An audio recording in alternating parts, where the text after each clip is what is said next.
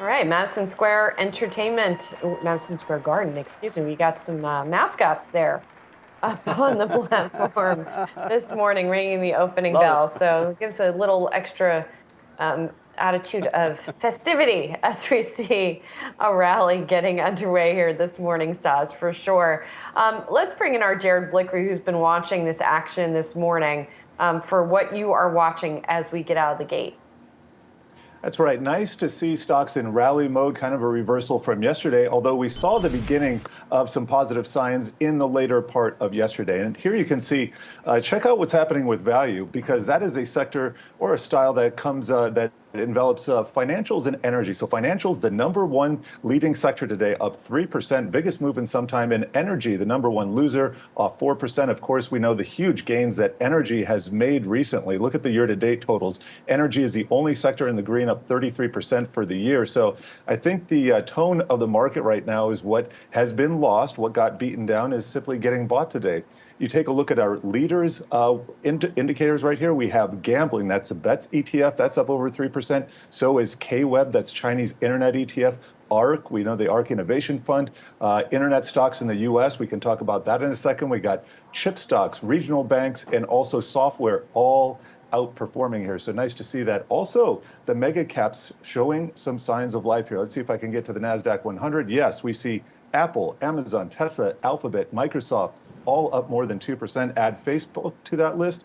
And also seeing the chip makers. Chip makers had a really nice day yesterday, and it looks like they're continuing the move today. NVIDIA up 3.5%. ASML, the outperformer, that is up 5%, guys. Jared, seeing some dip buyers emerge here. Goldman Sachs looking for a potential, I guess, short-term rally in stocks. Bernstein out here bullish on beat-up U.S. internet stocks. That's right. And I want to go through the notes, but let's get back to the Wi-Fi Interactive, where I'm going to pull up a chart of the S&P 500. This is what has happened year to date. And let me just go to some of that commentary that we have.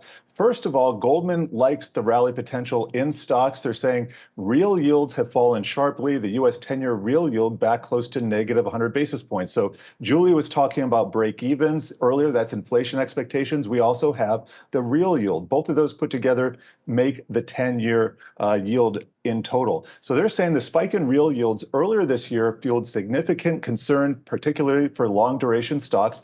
That would be the mega caps, the growth stocks, the ARK Innovation Fund stocks. So its reversal potentially removes one important headwind in that area. Mechanically, it also means that simple equity risk premium measures are now back to their highest levels since last summer.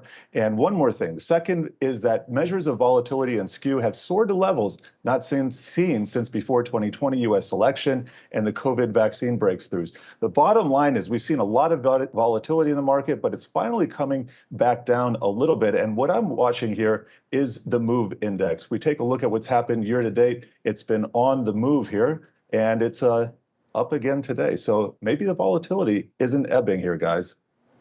Interesting. That's the volatility of the bond market there with that MOVE index, in contrast with the VIX, which tells us what's going on in stocks. Thanks, Jared. Really good perspective here.